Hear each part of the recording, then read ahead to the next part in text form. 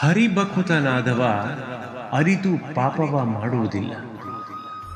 ಹರಿಭಕುತನಾದವ ಅರಿತು ಪಾಪವ ಮಾಡುವುದಿಲ್ಲ. ಅರಿಯದೆ ಮಾಡಿದರೆ ಹರಿಯು ಎಣಿಸುವುದಿಲ್ಲ. ಶರಣು ಬಂದವನ ರವಿಯ ತನೆಯನನ್ನು ಮರೆಯದೆ ಭಜಿಸೋ, ಮರೆಯದೆ ಭಜಿಸೋ ರಂಗವಿಠಲ ರೇಯನ.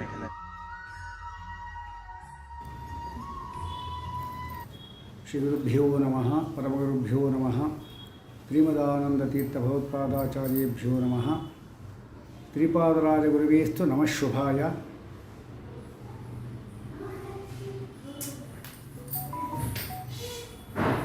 ಶ್ರೀಪಾದರಾಜರ ಆರಾಧನಾ ಪ್ರಯುಕ್ತವಾಗಿ ಮಧ್ವವಿಜಯದ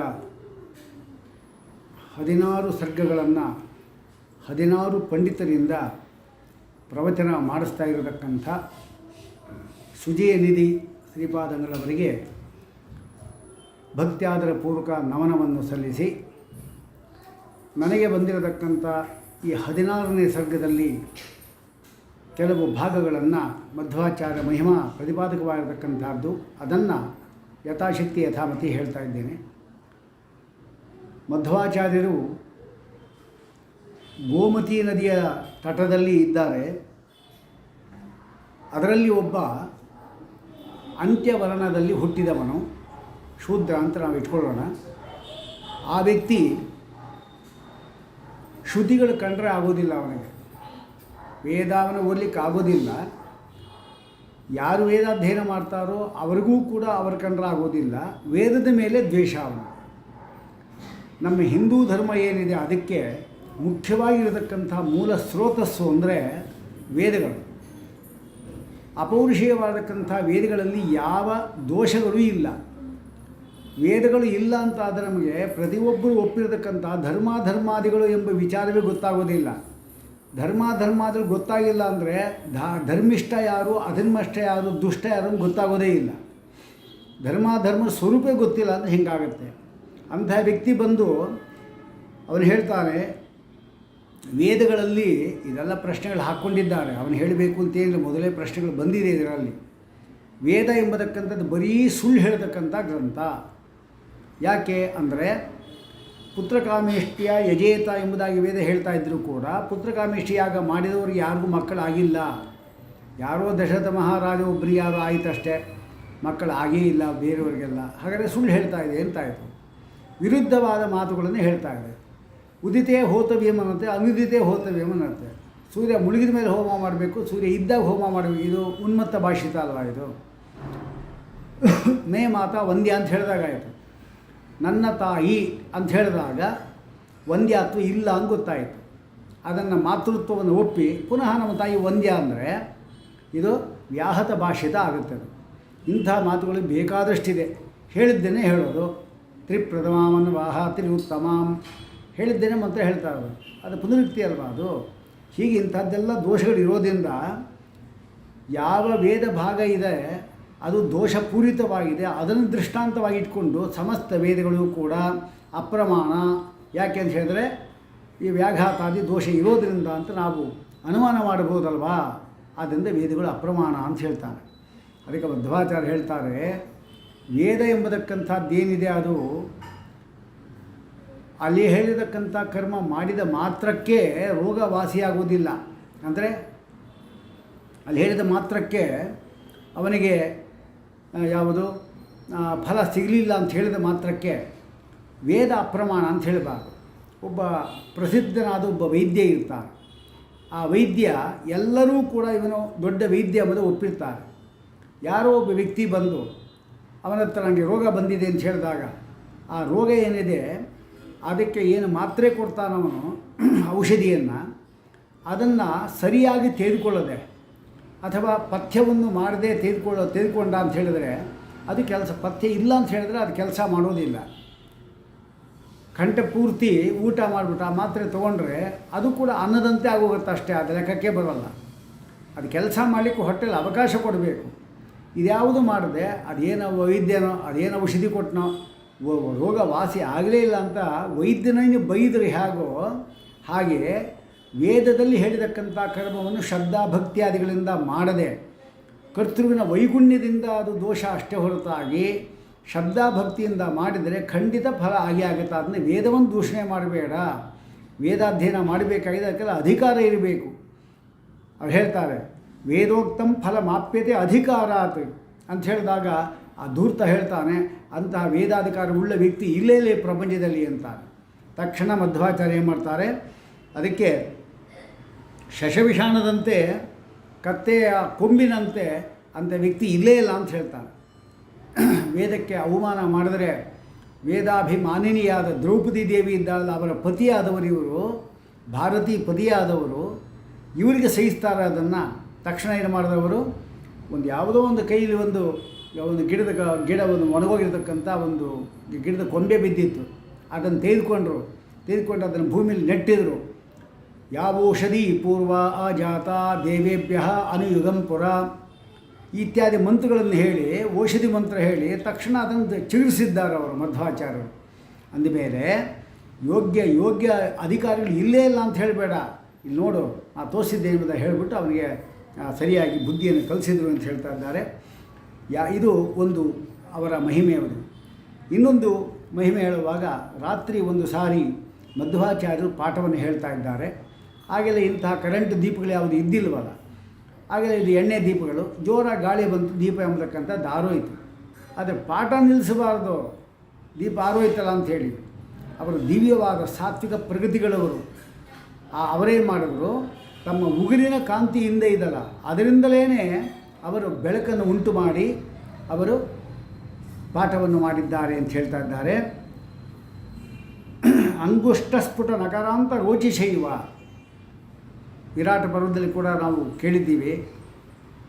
ದ್ರೌಪದಿ ದೇವಿ ಆ ಕೀಚಕನ ಕಾಟ ತಡೆದಾದ ಭೀಮನ ಹತ್ರ ಬಂದಾಗ ಭೀಮಸೇನ ಮಲಗಿದ್ದಾನಂತೆ. ಅವನ ದೇಹದ ಕಾಂತಿಯಿಂದ ಇಡೀ ಆ ಅಡುಗೆ ಮನೆ ಪೂರ್ತಿ ಬೆಳಗ್ತಾ ಇತ್ತಂತೆ. ಇವಳು ಬೇರೆ ಹೋದಾಗ ಇನ್ನೊಂದು ಬೆಳಕಿನಲ್ಲಿ ಬೆಳಕು ಸೇರಿಕೊಂಡಂತಾಯಿತು ಎಂಬುದಾಗಿ ಮಹಾಭಾರತ ಹೇಳುತ್ತೆ. ಹಾಗೆ ಇಲ್ಲಿ ಕೂಡ ಇಂಥ ಒಂದು ಮಹಿಮೆಯನ್ನು ತೋರಿಸಿದ್ದಾರೆ ಅವರು. ಮುಂದೆ ಕಲಶ ಅಂತ ಒಂದು ಗ್ರಾಮ ಇದೆ, ಕಲಶ ಎಂಬುದಾಗಿ, ಅದಕ್ಕೆ ಅಂಬುತೀರ್ಥ ಅಂತ ಅದನ್ನು ಕರೀತಾರೆ, ಅಂಬುತೀರ್ಥ. ಅಲ್ಲಿ ದಾರಿಯಲ್ಲಿ ಮಧ್ವಾಚಾರ್ಯ ಅಲ್ಲಿ ಹೋದಾಗ ಅದು ಭದ್ರಾ ನದಿ ಎಂಬುದು ವೇಗವಾಗಿ ಬರುತ್ತೆ. ಇಲ್ಲಿ ತುಂಗ ಅಂತ ಹೇಳಿದ್ದಾರೆ, ತತ್ತುಂಗ ಅಂತ ಹೇಳಿದ್ದಾರೆ. ಅಂತಹ ಭದ್ರಾ ನದಿ ಏನಿದೆ ಅದು ನೀರು ಹರ್ಕೊಂಡು ಬರ್ತಾ ಇದೆ. ಅಲ್ಲಿ ವೇಗವಾಗಿ ನಿಂತ್ಕೊಂಡು ಎಲ್ಲ ಹೊಟ್ಟೋಗುತ್ತೆ, ಎಲ್ಲೂ ನಿಲ್ಲಲ್ಲ, ಸುಮ್ಮನೆ ವ್ಯರ್ಥ ಆಗುತ್ತೆ. ಅದಕ್ಕೆ ಅದರ ವೇಗವನ್ನು ತಡೆಯತಕ್ಕಂಥ ಒಂದು ವಸ್ತು ಅಡ್ಡ ಇಟ್ಟರೆ ಆಗ ನೀರು ನಿಲ್ಲುತ್ತೆ. ಅಲ್ಲಿರತಕ್ಕಂಥ ಕ್ಷೇತ್ರಗಳಿಗೆಲ್ಲ ವ್ಯವಸಾಯಕ್ಕೆ ಅನುಕೂಲವಾಗುವಂತೆ ನೀರು ನಮಗೆ ಸಿಗತ್ತೆ. ಇಲ್ಲದ್ರೆ ಹರ್ಕೊಂಡು ಹೋಗ್ತಾ ಇರುತ್ತೆ. ಮಧ್ವಾಚಾರ ಆ ಜಾಗಕ್ಕೆ ಬಂದಾಗ, ಕಲಶ ಗ್ರಾಮಕ್ಕೆ ಬಂದಾಗ, ದಾರಿಯ ಮಧ್ಯದಲ್ಲಿ ಒಂದು ದೊಡ್ಡ ಬಂಡೆಯನ್ನು, ಅಂದರೆ 50 ಟನ್ ಭಾರ ಇರತಕ್ಕಂಥದ್ದೇನಿದೆ ಆ ಕಲ್ಲು ಅಲ್ಲಿ ಕೆಳಗಡೆ ಬಿದ್ದಿತ್ತಂತೆ. ಜನರೆಲ್ಲ ಮಧ್ವಾಚಾರ್ಯ ಬಂದರು ಅಂಥೇಳಿ ಆಗಲೇ ಪ್ರಸಿದ್ಧರಾಗಿದ್ದರು ಅವರು. ಅದನ್ನು ನೋಡಿ ಅವರೆಲ್ಲ ಅವರ ಹಿಂದೆ ಬರ್ತಾ ಇದ್ದಾರೆ. ಜನರನ್ನು ಕೇಳಿದರು, ಯಾತಕ್ಕೆ ದಾರಿಯ ಮಧ್ಯೆ ಇಟ್ಬಿಟ್ಟಿದ್ದೀರಿ, ಇಷ್ಟು ಉಪಯುಕ್ತವಾದ ಕಲ್ಲನ್ನು ಅಲ್ಲಿ ನದಿ ಮಧ್ಯೆ ಇಟ್ಟಿದ್ದರೆ ನೀರನ್ನು ವೇಗವನ್ನು ತಡೆದು ನಿಮಗೆ ನೀರು ಸಿಗ್ತಾ ಇತ್ತ ಇಲ್ವೋ ಅಂತ ಕೇಳ್ತಾರೆ.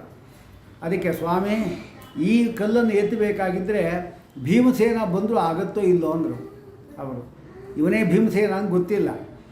ತಕ್ಷಣ ಏನು ಮಾಡಿದ್ರು, ಭೀಮಸೇನೆ ಆಗಬೇಕು ನೋಡಿ ನಾನೇ ಎತ್ತಿ ಅಂತ ಹೇಳ್ಬಿಟ್ಟು ಒಂದೇ ಕೈಯಿಂದಲೇ ಇಲ್ಲಿಂದ ಸುಮಾರು 1 ಕಿಲೋಮೀಟರ್ ದೂರದವರೆಗೂ ಅದನ್ನು ಎತ್ಕೊಂಡು ಹೋಗಿ ಆ ಬಂಡೆ ಮೇಲೆ ಇಟ್ಟು ನೀರಿನ ವೇಗವನ್ನು ತಡೆಯುವಂತೆ ಮಾಡಿ ಅಲ್ಲಿ ದೊಡ್ಡ ಮಹಿಮೆಯನ್ನೇ ತೋರಿಸಿದ್ದಾರೆ.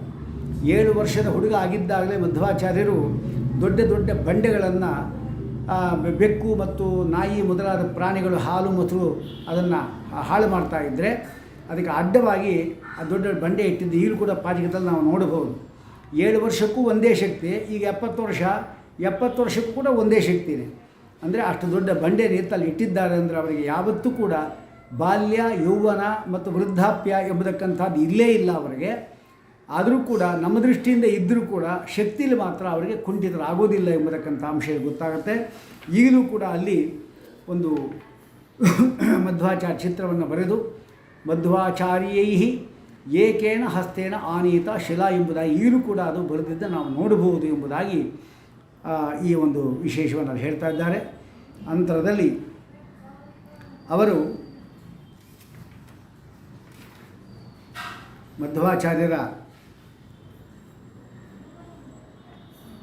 ಒಂದು ಸಂದರ್ಭದಲ್ಲಿ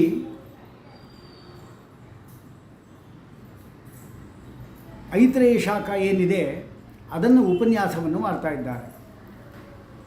ಈಗ ಗ್ರಹಣ ಎಂಬತಕ್ಕಂಥದ್ದು ಬರುತ್ತೆ. ಆ ಮೊದಲು ನಾವೇನು ಸಮಯವನ್ನು ಹಾಳು ಮಾಡದೆ ಅಲ್ಲಿ ಅವ್ರು ಹೇಳ್ತಾ ಇರುವಾಗ ನೀರಿನ ವೇಗಕ್ಕೆ, ಪ್ರವಾಹದ ವೇಗಕ್ಕೆ ಸ್ವಲ್ಪ ಅಲ್ಲಾಡ್ತಾ ಇದ್ದರಂಥವ್ರು.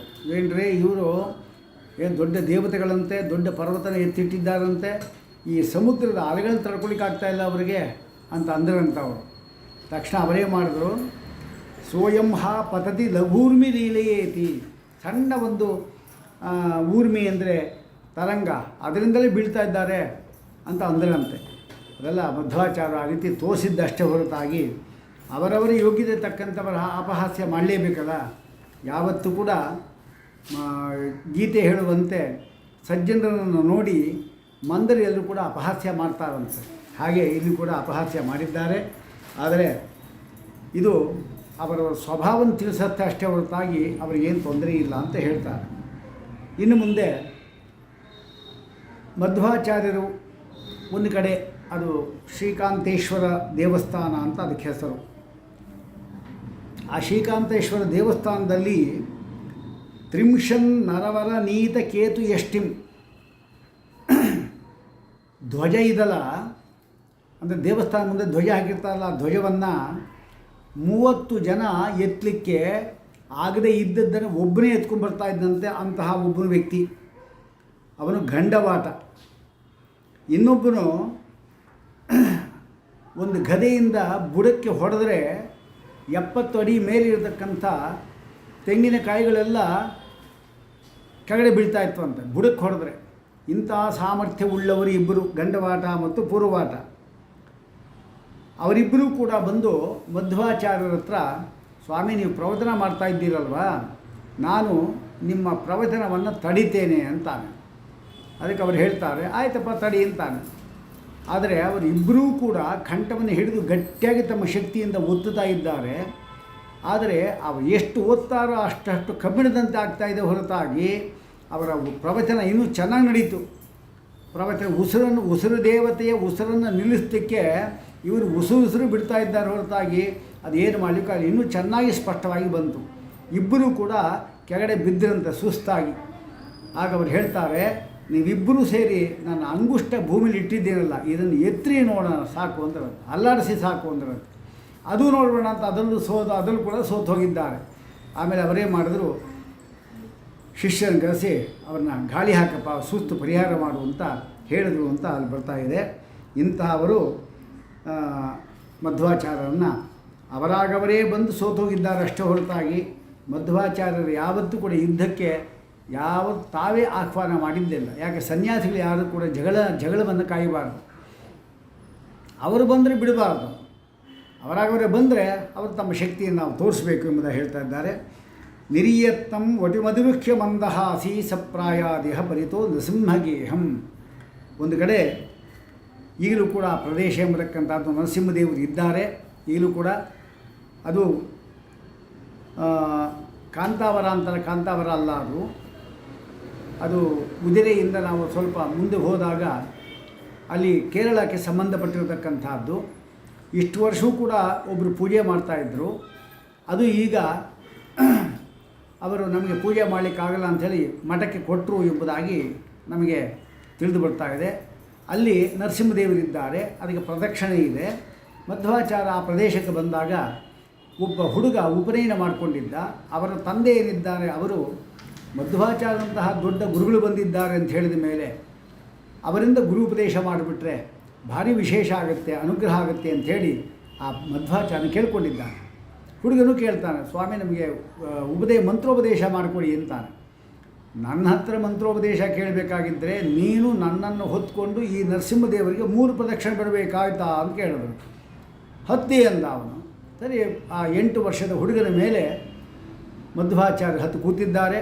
ಇಡೀ ಭೂಮಂಡಲವನ್ನೇ ಹೊತ್ಕೊಂಡಿರತಕ್ಕಂಥವರು ವಾಯು ಕೂರ್ಮದಿಂದ. ಅಂಥವರು ಈ ಹುಡುಗನ ಎತ್ತಿದ ಅವನ ಗತಿ ಏನಾಗಬೇಕು. ಆದರೆ ಮಧ್ವಾಚಾರ್ಯರಿಗೆ ಲಘಿಮಾ ಸಿದ್ಧಿಯನ್ನು ತೋರಿಸಿದ್ರು. ಲಘಿಮಾ ಸಿದ್ಧಿ ಅಂದರೆ ಹತ್ತಿ ಎಷ್ಟು ಹಗರಾಗ್ಬಿಡೋದು, ಅವನಿಗೆ ಗೊತ್ತಾಗಲೇ ಇಲ್ಲ ಅವರು ಹತ್ತಿದ್ದು ಇಳಿದಿದ್ದು. 3 ಪ್ರದಕ್ಷಿಣೆ ಬಂದೇ ಬಂದ.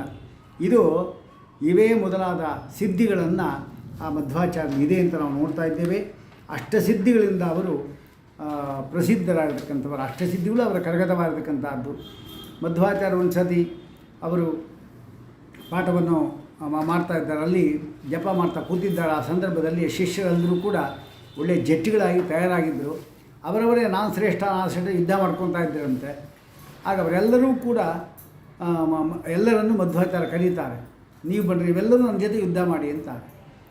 ಆಗ ಅವರೇ ಮಾಡ್ತಾರೆ, ಎಲ್ಲರೂ ಕೂಡ 30 ಜನ ಒಟ್ಟು ಅವರೆಲ್ಲ ಬಂದು ಮಧ್ವಾಚಾರ್ಯ ಹಿಡಿತಾರಂತೆ. ಅವ್ರು ಹಿಡ್ಕೊಂಡ್ರೆ ಅವ್ರು ಬಿಡಿಸ್ಕೊಳ್ಳಿಕ್ಕೆ ಆಗ್ತಾಯಿಲ್ಲ 30 ಜನಕ್ಕೆ. ಅವರು 30 ಜನ ಜಟ್ಟಿಗಳು, ಮಧ್ವಾಚಾರ್ಯನ ಏನು ಮಾಡಲಿಕ್ಕೂ ಆಗ್ತಾಯಿಲ್ಲ ಅವರಿಗೆ. ಒಂದೊಂದು ಕೈಗಳು ಬೆಟ್ಟುಗಳು ಎಲ್ಲವೂ ಕೂಡ ಅವರಿಗೆ ಮೇರು ಪರ್ವತದಷ್ಟು ಗಟ್ಟಿ ಆಗ್ತಾಯಿದೆ. ಹಾಗಿದೆ ಅವರೇ ಹೇಳ್ಬಿಡ್ತಾರೆ, ಸೌಮೇರವಂ ಗೌರವ ಮಾವಹಂತಿ ತವಾಂಗ ಮಂಗಾಂಗುಲಿಯಶ್ಚನೋಂಗೆ. ನೀನು ಒಂದೊಂದು ಅಂಗುಲಿಗಳು ಕೂಡ ಮೇರು ಪರ್ವತದಷ್ಟು ಗಟ್ಟಿ ಇದೆ, ನೀವು ಬಿಡಲಿಲ್ಲ ಅಂತ ನಾವು ಸಾಯ್ತೀವಿ, ನೀವು ದಯಮಾಡಿ ಅದನ್ನು ಬಿಡಿ ಅಂತ ಕೇಳ್ಕೊತಾರಂತೆ. ಹೀಗೆ ಅಣಿಮ ಮಹಿಮ ಗರಿಮ ಲಘಿಮಾದಿ ಅಷ್ಟಸಿದ್ಧಿಗಳೂ ಕೂಡ ಅವರಲ್ಲಿ ಇದೆ ಎಂಬುದಾಗಿ ನಾವು ತಿಳ್ಕೋಬೋದು. ಇನ್ನೊಬ್ಬನ ಪೂರ್ವವಾಟ ಎಂಬುದಕ್ಕಂಥವನ್ನು ಕೂಡ ಅಷ್ಟೇ. ಪಂಚಾಶನ್ ನರಪ ನರೋಪನೀತ ಮಾತ್ರ ಯೋ ವಾರ್ಕ್ಷೀಂ.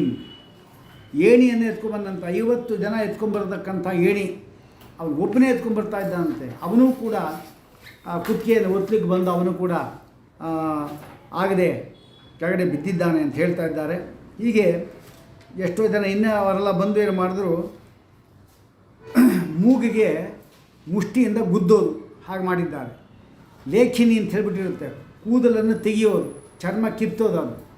ಅದನ್ನು ಮಧ್ವಾಚಾರ್ಯ ಚರ್ಮಕ್ಕೆ ಹಾಕಿ ಒಂದು ಕೂದಲು ಕಿತ್ತಲಿಕ್ಕಾಗಿಲ್ಲಂತವರಿಗೆ. ಲೇಖಿನ್ಯ ಮುಹುರಪಿ ನಕ್ಷೆ ಕೃಷ್ಯಮಾಣಂ ನಾಪ್ಯೇಕಂ ತನುರುಹಂ ಅಸ್ಯ ತು ಉದಪಾಟಿ. ಅಂಥದ್ದು. ನಾಸಾಗ್ರೆ ಮೃದುನಿ ಕೃತೈಶ್ಚ ಮುಷ್ಟಿಗಾತೈ. ಮುಷ್ಟಿಗಾತದಿಂದ ಮೂಗಿ ಗುದ್ದಿದರಂತೆ. ಆದರೂ ಕೂಡ ಅವರು ಏನೂ ಆಗದೆ ಅವರಿಗೆ ಪ್ರಸನ್ನರಾಗಿ ಇದ್ದಾರೆ.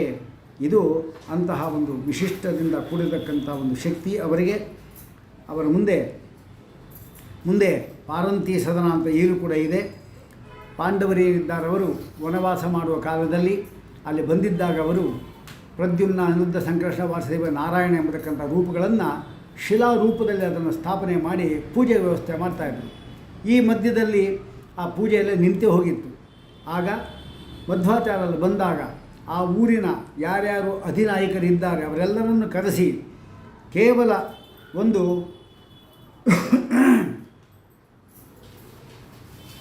ಅವರೇ ಮಾಡಿದ್ರು, ಒಂದು ಅರ್ಧ ದಿವಸದಲ್ಲಿ ಅದಕ್ಕೆ ಪೂಜಾ ವ್ಯವಸ್ಥೆ ಎಂಬತಕ್ಕಂಥದ್ದನ್ನು ಪೂರ್ತಿ ವ್ಯವಸ್ಥೆ ಮಾಡಿ ಹೋಗಿದ್ದಾರೆ ಎಂಬುದಾಗಿ ಅದು ಹೇಳ್ತಾ ಇದ್ದಾರೆ. ಭೀಮತ್ವೇ ಸಹ ಸಹಜೈ ಪ್ರತಿಷ್ಠಿತ ಪ್ರಾಕ್ ಪಂಚಾತ್ಮ ಮುರಿರಿಪು ರಂಚಿತೋ ಯದತ್ರ ಪಾಂಚಾಲ್ಯ ಬಲಿಸಲಿರಂ ಸಮಂ ದದತ್ಯಾಸೋ ಅಸ್ಮಾಶೀತ್ ತಮೇಮವಥ ಪ್ರಪೂಜ್ಯ ಪೂಜ್ಯ ಎಂಬುದಾಗಿ ಹೇಳ್ತಾ ಇದ್ದಾರೆ. ಅಲ್ಲೇ ಸರಿದಂತರ ಪ್ರದೇಶ ಅಂತ ಬರುತ್ತೆ, ಅದನ್ನು ಎರ್ಕಿ ತೀರ್ಥ ಅಂತ ಕರೀತಾರೆ. ಅದು ಈರಕಿ ತೀರ್ಥ. ಈರ ಅಂದರೆ ವಾಯುದೇವರ ಅವತಾರಭೂತರಾದ ಮಧ್ವಾಚಾರ್ಯರಿಂದ ಕಮ್ ಅಂದರೆ ನೀರು ಏನಿದೆ ಅದು ಬಂದಿರತಕ್ಕಂಥದ್ದು ಪ್ರದೇಶ ಈಗಲೂ ಇದೆ. ಪೂರ್ಣವಾಗಿ ಆ ಕ್ಷೇತ್ರ ಎಂಬತಕ್ಕಂಥದ್ದು ನೀರಿಲ್ಲದೆ ಗಿಡಗಳೆಲ್ಲ ಅದು ನಾಶ ಆಗುವ ಸಂದರ್ಭ ಬಂದಿದೆ. ಮಧ್ವಾಚಾರ್ಯ ಬಂದಾಗ ಅವ್ರು ಕೇಳ್ಕೊತಾರೆ, ಸ್ವಾಮಿ ಈ ಪ್ರದೇಶದಲ್ಲಿ ನೀರೇ ಇಲ್ಲ ಅಂತ ಹೇಳ್ಕೊತಾರೆ. ಆಗ ಅವರೇ ಮಾಡ್ತಾರೆ, ಆ ಪ್ರದೇಶಕ್ಕೆ ಮಾತ್ರ ಮೇಘಗಳನ್ನು ಕರೆಸಿ ಅವರು ಧಾರಾಕಾರವಾಗಿ ಮಳೆಯನ್ನು ಸುರಿಸ್ತಾರೆ. ಅದು ಈಗಲೂ ಕೂಡ ಆ ತೀರ್ಥ ಇದೆ. ಬೇಸಿಗೆ ಕಾಲ ಬಂದರೂ ಕೂಡ ಆ ನೀರು ಎಂಬತಕ್ಕಂಥದ್ದು ಪೂರ್ತಿ ಒಣಗಿದ್ದು ಎಂಬತಕ್ಕಂಥದ್ದು ಇತಿಹಾಸದಲ್ಲಿ ಅವ್ರು ನೋಡಿಲ್ಲ ಎಂಬುದಾಗಿ ಅಲ್ಲಿ ಹೇಳ್ತಾರೆ. ಅಲ್ಲಿರ್ತಕ್ಕಂಥವ್ರು ಏನಿದ್ದಾರೆ ಅವರಿಗೇನೆ ಮಧ್ವಾಚಾರ್ಯರು, ಸ್ವಾಮಿ ನೀವು ಮುದ್ರೆ ಹಾಕೋರೇ ನಮಗೆ ಯಾರು ಇಲ್ಲೇ ಇಲ್ಲ, ಅದಕ್ಕೊಂದು ವ್ಯವಸ್ಥೆ ಮಾಡಬೇಕು ಅಂದರೆ ನೀವೇ ಮುದ್ರೆಯನ್ನು ಹಾಕಿ ಎಂಬುದಾಗಿ ಅವರಿಗೆ 2 ಮುದ್ರೆಯನ್ನು ಅವರೇ ಕೊಟ್ಟಿದ್ದಾರೆ. ಅಂದರೆ ತಪ್ತ ಮುದ್ಧಾರಣೆ ಮಾಡಲಿಕ್ಕೆ ಅವರಿಗೆ ಅಧಿಕಾರ ಗೃಹಸ್ಥರಿಗೆ ಕೊಟ್ಟಿದ್ದಾರೆ ಮಧ್ವಾಚಾರ್ಯರು. ಅವರಲ್ಲಿರೋರಿಗೆಲ್ಲ ಅವರೇ ಹಾಕ್ತಾರೆ. ಅದು ಕೂಡ ತುಂಬ ಸವದೋಗಿದ್ದಾಗ ನಮ್ಮ ಪರಮ ಪೂಜ್ಯರಾಗತಕ್ಕಂಥ ಪೇಜಾವ ಶ್ರೀಗಳವರು ಹೊಸದಾಗಿರ್ತಕ್ಕಂಥ ಇನ್ನೊಂದು ಅದು ಗಟ್ಟಿಮುಟ್ಟಾಗತಕ್ಕಂಥ ಒಂದು 2 ಶಂಖ ಮತ್ತು ಚಕ್ರವನ್ನು ಆ ಮಠಕ್ಕೆ ಮಾಡಿಸ್ಕೊಟ್ಟಿದ್ದಾರೆ. ಅದ್ರ ಜೊತೆಗೆ ಅದನ್ನು ಇಟ್ಟಿರ್ತಾರೆ, ಅದರಿಂದ ಹಾಕ್ತಾರೆ. ಈಗ ಹೀಗೆ ಇಂತಹ ಒಂದು ಈ ರೀತಿ ಅದು ಸರಿದಂತರ ಪ್ರದೇಶದಲ್ಲಿ ಅವರಿಗೆ ಮಾಡ್ತಾ ಇದ್ದಾರೆ. ಮಧ್ವಾಚಾರ್ಯನು ಹೊಡಿಬೇಕು ಅಂತ ಎಷ್ಟೋ ಜನ ಬಂದರು, ಅವರು ಕೂಡ ಏನು ಮಾಡಲಿಕ್ಕೆ ಆಗದೆ ಹೋಗಿದ್ದಾರೆ. ಆ ಸಂದರ್ಭದಲ್ಲಿ ಕೊಕ್ಕಡ ವೈದ್ಯನಾಥೇಶ್ವರ ಅಂತಿದೆ, ಅಲ್ಲಿ ಅವರು ಬಂದು ಧನ್ವಂತರಿಯನ್ನು ಸ್ಥಾಪನೆ ಮಾಡಿದ್ದಾರೆ. ಅದು ವೈದ್ಯನಾಥ ಕ್ಷೇತ್ರ. ಪರಮಾತ್ಮ ಇಲ್ಲದಿದ್ದರೆ ಹೇಗೆ? ಅದಕ್ಕೋಸ್ಕರ ಆ ಧನ್ವಂತರಿ ಸ್ಥಾಪನೆ ಮಾಡಿದ್ದಾರೆ. ಈಗಲೂ ಧನ್ವಂತರಿ ಇದೆ. ಈಗೆಲ್ಲ ಕೊಕ್ಕಡ ವೈದ್ಯನಾಥರು ತುಂಬ ಅದನ್ನು